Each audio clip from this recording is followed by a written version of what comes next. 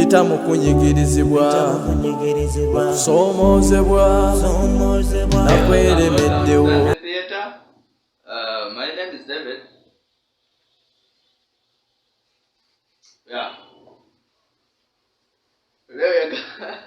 Today we are going to discuss about something called synthesis of purines in the body. Yeah, how a purine is synthesized in the body.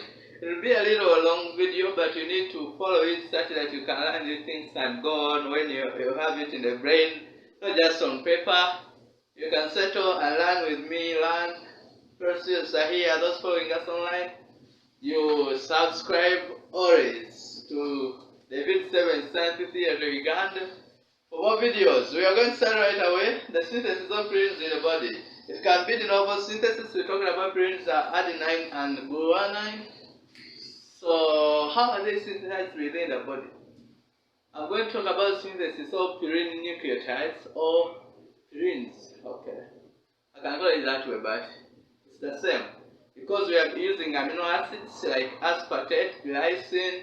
We're using other vitamins like folic acid. We're using carbon dioxide. We're using other compounds. You will see them. That is de novo synthesis. Then we can also have salvaging, where you use, it is important in reusing degraded nucleotides. We use bases from degraded nucleotides because in cells there's always a turnover of the molecules. So using some compounds enables save energy, and it is important in the body. So right, we start. Don't forget to subscribe. Don't forget to subscribe. David 7 Science Theater Uganda, you'll enjoy. Let's continue. So we're going to study about something called synthesis of purine nucleotides. I'm going to start with the de novo. This is part 1. There is part 2 coming. Don't forget to watch it. You need it. Yes, anyway, I can summarize it in this video, but we shall be going too fast. I hope you'll be understanding and saving some data. So, what is a purine? De novo means you are making a new compound. It didn't exist. So, if I try to show you a certain purine here, how it looks like, a purine is like this. Something like that. It has imidazole ring, like that. Yes. So things are not too smart. Like that. There's a double bond there. That is my purine. And if I want to talk about this purine, it means I have to, if I want to call it, this is a base, just a base. But to call it a nucleotide, you will have to add on a phosphate group, a phosphorylated ribose, or a phosphorylated pentose sugar. And that is usually ribose or deoxyribose. And that will be attached to this carbon, this nitrogen here. Yes. And this is the nitrogen glycosidic bond. So if I try to put my pentose sugar like that,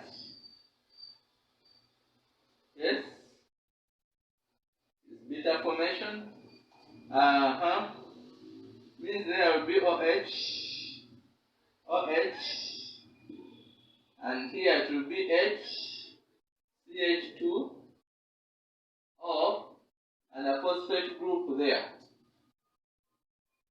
Yeah, phosphate is this entire thing. I can just use a P to show you the phosphate, but a phosphate is usually PO4. It means, let me be systematic. There is oxygen there. There is a phosphate here. There will be a double bond here. O minus, Yeah, so this is a nucleotide. It has a phosphate group at carbon number 6, at 5 prime carbon. Yeah. It has N glycosidic bond at carbon 1, and yeah, that is it. That is it. So now this is a ribonucleotide. So if I want to make it the oxyribonucleotide, I change this one to become H. Then it will become deoxyribonucleotide. If it is OH, we call it a ribonucleotide. That is in RNA. If it is just H, we call it deoxyribonucleotide, which will be found in DNA. So it is always occurring at the 2 prime carbon of the ribose. Yeah, okay? So that is it. So how is it synthesized? I want you to explain it from here before I go into reactions and enzymes involved. For example, look at this. This phosphate, to phosphorylate this compound, we shall be using, this one has major 3 things. It has a nitrogenous base, it has the ribose, and the phosphate group. So to phosphorylate this compound at carbon number 5 prime, we shall need to use ATP to phosphorylate. So this phosphate is added from ATP, and we form ADP plus P. You form, when you attach it, you'll be forming the one maybe.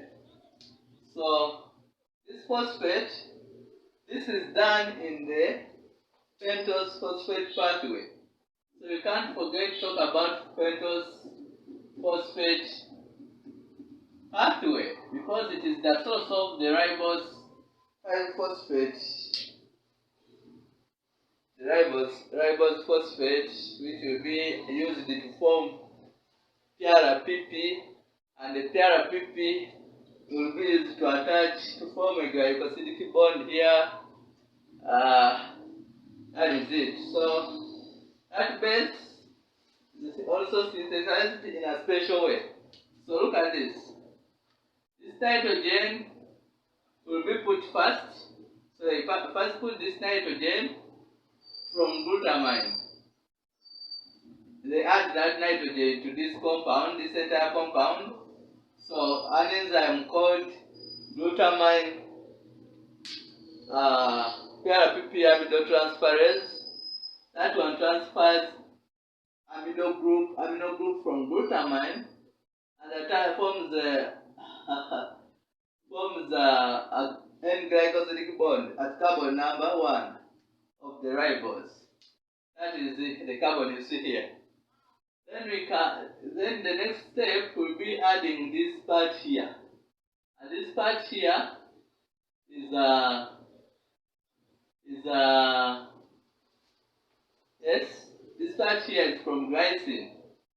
So this part here is from glycine. Yes, that part is from glycine. The entire glycine is incorporated, and adding the glycine will require some ATP.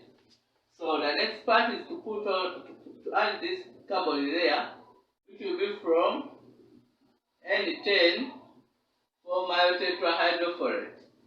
Yeah, that carbon. And the next thing is to add on this nitrogen before cyclizing or before joining the imidazole ring. So adding this nitrogen will also require glutamine.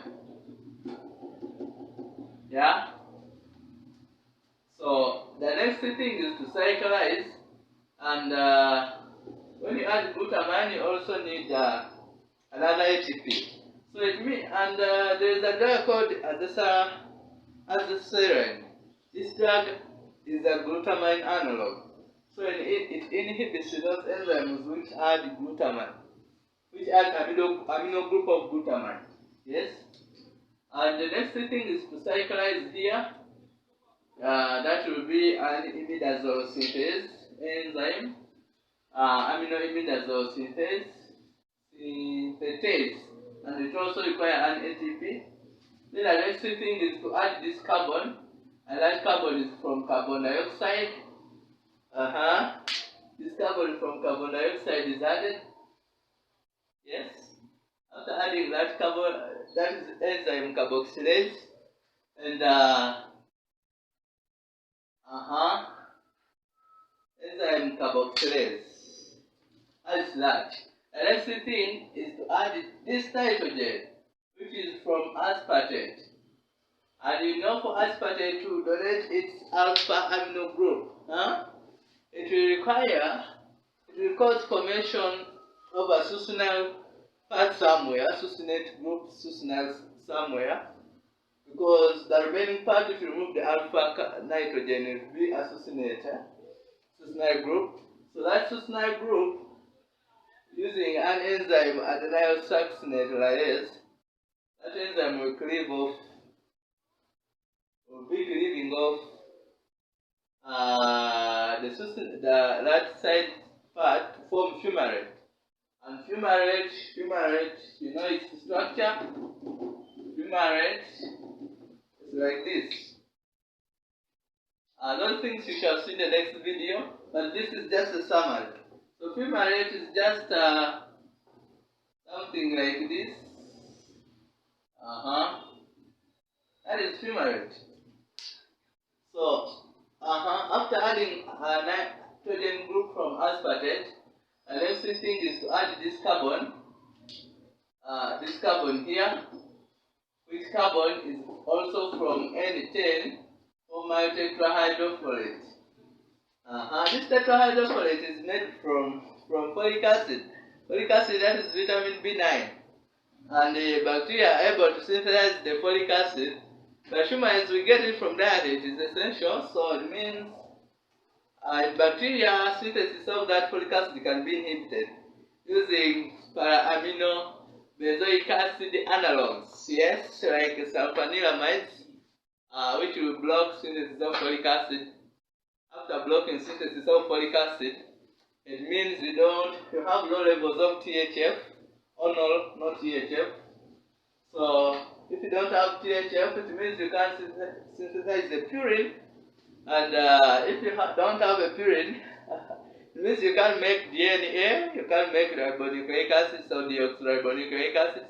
It means you won't have proteins, and the cell will die. You don't have proteins, you can't proliferate, you can't do anything, the cell will die. So it means after adding this carbon here, the last thing is to cyclize here using an enzyme cyclohydrolase enzyme. So that is the summary of it all, but we can go into equations, enzyme, what, using the next step, the next video. You just subscribe, don't forget to subscribe.